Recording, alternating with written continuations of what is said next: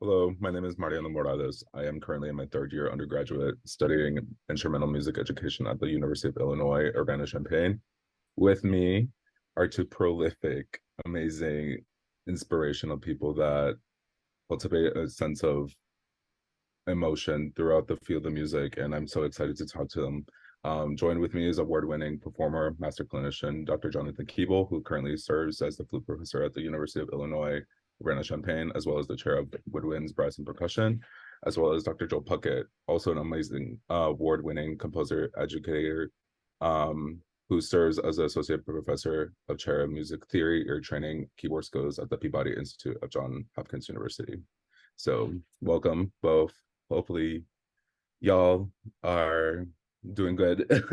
I am a bit nervous, but I am very excited to have a conversation with both of you regarding Puckett's piece Shadow Sirius, as the Wind Symphony will be performing that next Friday. So I would just like to start off with just an opening statement about the piece. How would you like audiences to respond to the Shadow Sirius directly? Puckett first. Um, you doing great. You got nothing to be nervous about. Yeah, the Shadow series is a piece that really changed my life. It's 13 years ago last week it premiered. Um, I wrote it really as a way to heal myself after a particularly traumatic event. And it's been my experience that audience members consciously, if they read the program note or know something about the backstory, or unconsciously, if they haven't, do respond to the sort of sense of grief and then a turn towards hope that the piece takes towards the end. So I think that there's something in the music that helps people get in touch with that kind of sadness and sorrow that we all carry around, but are sometimes reticent to talk about. And listening to the piece and reading through the program notes, you mentioned a lot about the use of the poem from the Shadow series and using those themes of sorrow, longing, isolation, and directly you talk to Dr. Keeble. How do you approach a piece like this and like performing this piece in order to convey these emotions? It's a very good question, and it's interesting to me. I played the piece not long after it premiered with Amy Porter at University of Michigan. We were one of the co-consortium funders of the piece, and at the time, I really loved the piece, and it was something I really enjoyed working on. But we grow and we age, and then life experience changes us. And about a year ago, I almost lost my son to a near fatal accident, and it's something I wake up with, living through every day. And I find that playing Shadow of Sirius now has different meaning for me, and it's something I hope I can bring to the audience. That these personal experiences, and that's what's wonderful about music. It's just this nonverbal communication that you hope you move people, move something inside them. And I certainly know that it moves me to play it. And there are moments, in fact, when I'm wonderful even able to finish the piece. Mm. It's such an overwhelming experience. Thank you. Moving on to mentioning about the consortium portion of the premiere. Could y'all just explain what is a consortium and how is it different than regular premiere? Yeah, sure. First, Jonathan, I'm so sorry to hear that about your son. Thank you. And He's doing okay now, so that's great. That's great to hear. And I'm so happy to share this piece with you and for us to take that and share it with the community at University of Illinois. Um, yeah, so the consortium process is one that's been around forever, but the wind band community has been really quick to make it sort of the standard fare about how new pieces get created. So, under normal circumstances, you would say maybe the New York Philharmonic comes and commissions a piece, and then they, or most likely a specific donor or group of donors, fund the entire commission fee, which is sometimes a large sum of money. But when we're talking about trying to create really a new medium for the wind band, no individual who's involved with the wind band has that kind of money on their own. So what it allows to happen is everybody who wants to participate puts a little bit of money in. And what that does is it allows everyone to share the burden of the cost for the artist me to create the piece, which is good for the composer and good for the individuals. But even better than that, it allows for a community of people to all be involved in establishing a performance history for the piece relatively quickly, because what you get for your money is the right to perform that piece under a period of exclusivity.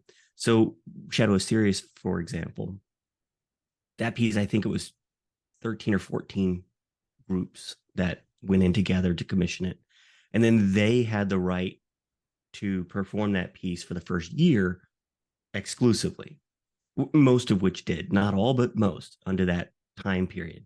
And then after that, when it goes out to the general public, there are then 10, 12 performances that have all happened and provides a variety of musical choices that then other people on the outside who weren't part of the consortium can then look at and find little details that they want to bring out in their performances. I personally have found that to be the most exciting aspect of consortium commissions.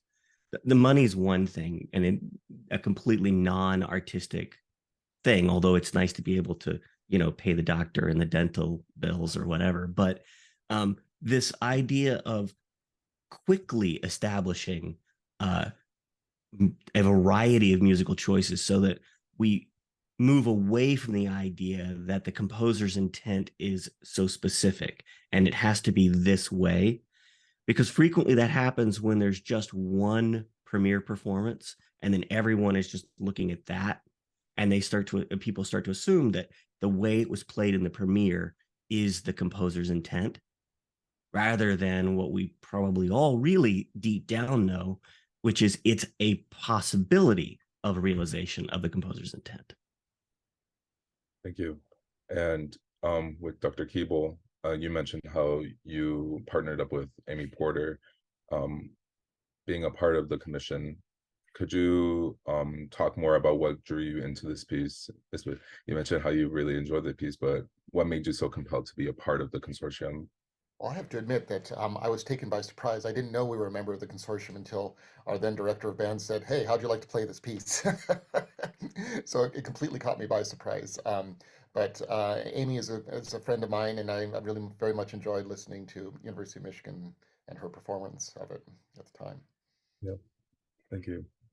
And Dr. Keeble again, could you describe the process of preparing to be a soloist in front of like a large ensemble, especially with the layout of where the flutes are in the balcony and you being center stage? How could you talk more about that process of being like the soloistic feature of this piece? That's a good question, Mariano. One of the things I enjoy about this piece is the flute choir component, even though I have to say that I'm an avowed hater of flute choirs. But I think it's a really ingenious use of the flute, and it provides both kind of a chorus and kind of like the ancient Greek choruses in the distance for the soloist, and provides a neat kind of counterbalance to what I'm doing on stage. And what I enjoy about this piece, among the things I enjoy about this piece, is that the flute is not an instrument that can really compete successfully with a wind band. And what Joel has done with this is given the flute lots of opportunities to kind of be a soloist without accompaniment, and then lots of opportunities for just kind of a chamber wind-like experience behind the soloist. And then there are, of course, moments where uh, Joel's used the full range of the flute in the piece, and so we can compete with most instruments when we're playing high Ds, and given plenty of opportunity to play those in this piece. Thank you. But I'm not a Um, monster. There's no E flat. I'm not. That's I'm not right. Prokofiev, right? I'm grateful for that. Yeah. with Dr. Puckett, you mentioned in your interview with the University of Michigan that you use the choir as a biological amplification of the flute. And could you talk more about how did you come up with that process of using spatial dimensions and like just like different planes to convey like volume and projection of a soloist. Yeah, sure. So I never thought of it as biological amplification. I thought of it as biological delay. And so right in 2008, 2009, everyone was starting, not everyone, but lots of people my age, composers, started messing around with looping pedals, which are now sort of ubiquitous. But it was sort of in its nascent stage at that point. And then uh, I saw people, I mean, it's been done a long time. Xenakis was messing around with sort of speakers in the round, and then playing electronic music within the round, but using the amplification. And so I thought, well, the greatest attribute that a wind band has is the human power. There's just a bunch of humanity on the stage. So what if I could create what is basically a delay pedal, but do it with people rather than a pickup mic and a patch? And so that's what really started me thinking down the road of trying to take what at that time was kind of cutting edge technological solutions and creating musical impulses and translate it into this attribute that I had available to me. And then from there, the metaphorical meaning of the what lies in the shadow turns out to be many things rather than just one star. And I like that notion that the themes actually always start in the balcony and then ride across and then eventually get given to the soloist, who then gives it back to them. And there's this a metaphor there for teaching as well. So I liked the idea of the professor being on stage working with presumably a studio that is mimicking their concept of sound, right? Both in the studio and then in this performance as well. So it's like it becomes a healthy Ouroboros, right? Where constantly circling on itself. You know, it's interesting you say that, Joel, because I was just yesterday in a rehearsal, I was thinking of how proud I was of my students who all sounded the same.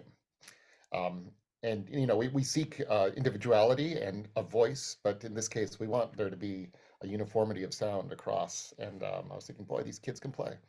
So thank you for that. Yeah, of course. It's one of the things that like I'm not sure if I really had that level of conceptualization when I was writing it, but over the I don't know how many hundreds of performances I've heard of this thing, but I'm always struck by, wow, that turned out to be a really good idea, because I'm constantly struck by how the concept of sound is consistent usually from the soloist to the members of the studio that are in the balcony. It's just a really cool thing. Thank you. Y'all have mentioned both the use of emotions and personal connections that people have with music, and I just wanted to open up the discussion how this role of aesthetics, music aesthetics, and emotions influence your music making. Because listening to a lot of Dr. Puckett's pieces, Avalon's Lullaby, Sirius, Shadow Sirius, and listening to a lot of Dr. Keeble's pieces that he's performed from his albums, it, there is a strong sense of emotion. And I just want to open up the floor, like, how does it influence you?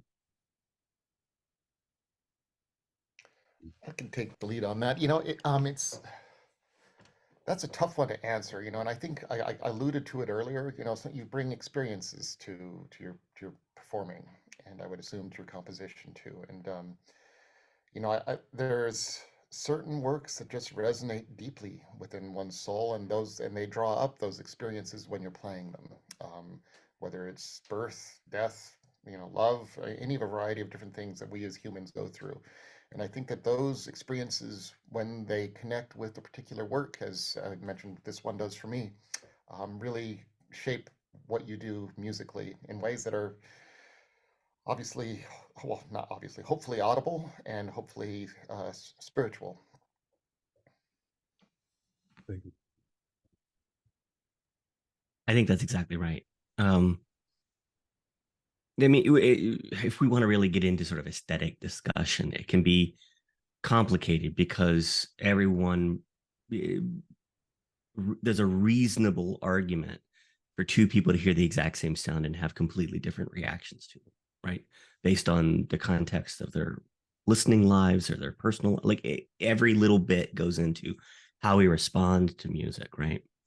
Um, but I will say that emotion, particularly the piece that I wrote directly before this piece, is a piece called A Perch for Vespers 9.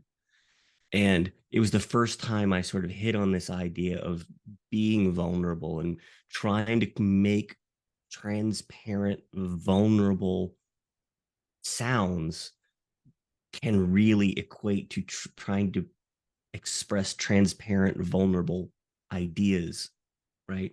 In non-musical ideas. So you mentioned Avalon's Lullaby, and there's a connection between Avalon's Lullaby and The Shadow of Sirius, which may seem obvious. You know, I wrote The Shadow of Sirius when we lost a child, and then I wrote Avalon's Lullaby maybe 10 months later when we had our daughter, Avalon. And so it was the realization, because my wife was pregnant when I was finishing up The Shadow of Sirius. So we had sort of come through the other side, but we were still had that pit in our stomach, like, is this gonna happen? In that third movement, I had the realization that we wouldn't have the hope of this new baby had we not lost the first baby. Like, we had to have the pain in order to have this hope for what happens next. And so in Avalon's Lullaby, and the sort of second half of the piece, where it sort of goes into that dreamlike state, the chaconne from the second movement of The Shadow of Sirius is laid underneath of the sort of happy dreamlike music, because I wanted to put in this Avalon's Lullaby that little tinge of sorrow that we needed in order to have this happiness of this little girl.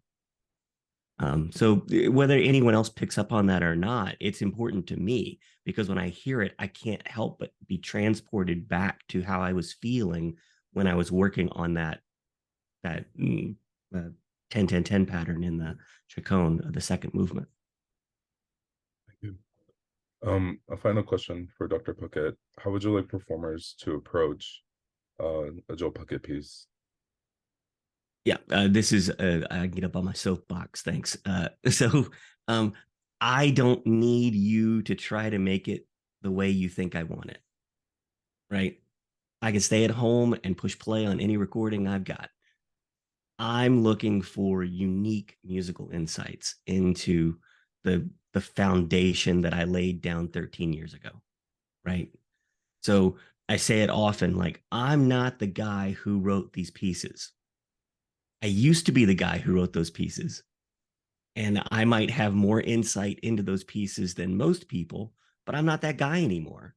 So why not try to do something interesting and unique, and something that's coming from your soul as a reaction to what I've put on, to what that person put on the page, rather than, you know, is this tempo okay? Is like, you know, it says 69. Are you sure the recording is 67 and a half? Are you sure that 60? It's like, you know, I want to hear people on the day making big swings, bold choices. That's what I want. Thank you. Final question for Dr. Keeble, kind of alluding to the same question. How would you like audience members to approach your sound, and what would you like to be remembered after this performance? Just hopefully that people leave thinking, boy, I really am glad I spent time with that piece, that ensemble, and those players. Yeah. That's pretty much it. Well, thank you so much, both of you, for this amazing interview. I really enjoyed it. Yeah, I am really excited to hear the piece, and yeah, thank you. Yeah, thank you.